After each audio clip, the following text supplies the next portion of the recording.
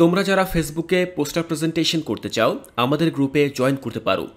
ফেসবুকে class 6 to 9 poster presentation লিখে search করলেই আমাদের গ্রুপ পেয়ে যাবে। আমাদের এই গ্রুপে জয়েন হয়ে তোমার ক্লাসের সকল বিষয়ের পোস্টার অন্য সবার সাথে শেয়ার করতে পারবে। আসসালামু আলাইকুম প্রিয় শিক্ষার্থীরা, কোর্সটিকায় আজকে আমি আলোচনা করব তোমাদের বাংলা বই থেকে 6.1.12 এই অনুশীলনীটি নিয়ে। এই কাজটি রয়েছে তোমাদের মূল বইয়ের 135 নম্বর পৃষ্ঠায়। আমাদের কাজের শিরোনাম কবিতার গঠন বুঝি। এই কাজটির মধ্য দিয়ে আমরা মূলত আমাদের মূল বইতে যে কবিতাটি পড়েছিলাম ছাড়পত্র, এই কবিতার গঠন বুঝতে পারব। দেখো, বলা হয়েছে ছাড়পত্র কবিতায় অন্তমিল আছে কিনা, তাল দিয়ে পড়া যায় কিনা, শব্দরূপের পরিবর্তন ঘটেছে কিনা, কোনো স্তবক আছে কিনা, পড়ায় গতি বা লয় কেমন এবং উপমার প্রয়োগ হয়েছে কিনা, এইসব নিয়ে সহপাঠীদের সাথে আলোচনা করো। তো শিক্ষার্থীরা, আমরা আমাদের নির্দেশনা দেখে নিলাম। এখানে যে সকল বৈশিষ্ট্যগুলোর কথা বলা হয়েছে এই সকল বৈশিষ্ট্যের ভিত্তিতেই মূলত আমরা এই ছাড়পত্র কবিতার গঠন নিয়ে আলোচনা করব। তাহলে চলো দেখে নিচ্ছি যে কিভাবে আমরা এই প্রশ্নের উত্তরটি লিখতে পারি। শিক্ষার্থীরা, আমরা এই আলোচনাটি করার জন্য ঠিক এরকম একটি ছক তৈরি করব।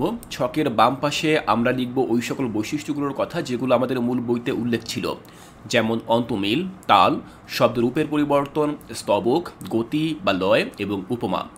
এরপরে ডান পাশে যে ঘরগুলো থাকবে সেখানে আমরা এই সকল বৈশিষ্ট্যের ভিত্তিতে কবিতার গঠন নিয়ে আলোচনা করব।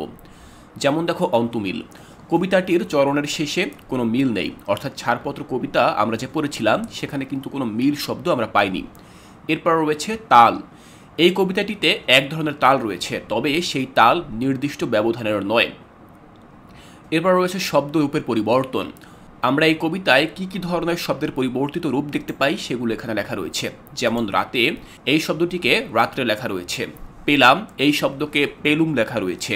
শেষ করেন, এই শব্দটিকে শেরে লেখা হয়েছে। অর্থাৎ এই সকল শব্দের পরিবর্তিত রূপ ঠিক এভাবে লেখা রয়েছে। আমরা শব্দরূপের পরিবর্তনের ঘরে ঠিক এভাবে লিখে দিলাম। এরপর রয়েছে স্তবক। তো এই কবিতায় দুইটি স্তবক রয়েছে, গতি বা লয়। এই কবিতার গতি বা লয় ধীর। এরপর রয়েছে উপমা। তো আমরা দেখতে পাই অস্পষ্ট কুয়াশা ভরা চোখে, এখানে চোখের অস্পষ্ট দৃষ্টিকে কুয়াশার সাথে তুলনা করা হয়েছে। তাহলে আমরা উপমাও দেখে নিলাম। তো শিক্ষার্থীরা, আমরা ঠিক এভাবে এই কবিতার গঠন নিয়ে আলোচনা করতে পারি।